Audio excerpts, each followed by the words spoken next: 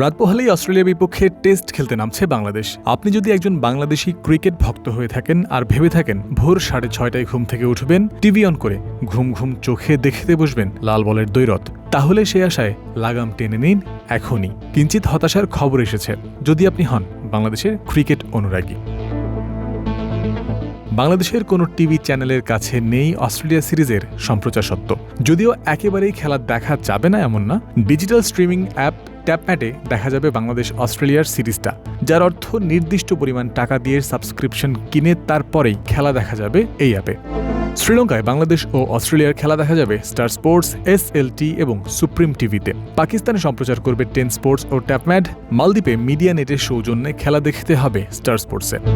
নেপাল ও ভুটান থেকে শান্ত প্যাট কামিন্সদের খেলা দেখা যাবে ভারতীয় টিভি চ্যানেল স্টার স্পোর্টসে। আর ভারতেই স্টার স্পোর্টসের পাশাপাশি খেলা দেখার মাধ্যম জিও হটস্টার। ক্রিকেট অস্ট্রেলিয়ার প্রকাশিত আন্তর্জাতিক ব্রডকাস্টারদের তালিকা থেকে এমনটাই জানা গেছে।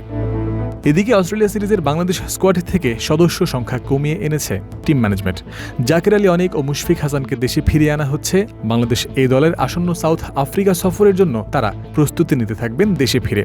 ফিটনেস ক্লিয়ারেন্স পাওয়ায় আজ রাতেই আবার অস্ট্রেলিয়ার উদ্দেশ্যে দেশ ছাড়বেন পেসার শরীফুল ইসলাম। বুধবার সন্ধ্যায় এক প্রেস বিজ্ঞপ্তি দিয়ে এসব তথ্য জানিয়েছে বিসিবি। ডারউইনের প্রথম টেস্টে খেলার জন্য লিটন দাস অ্যাভেলেবল, সে কথাও জানানো হয়েছে সেই মিডিয়া রিলিজে।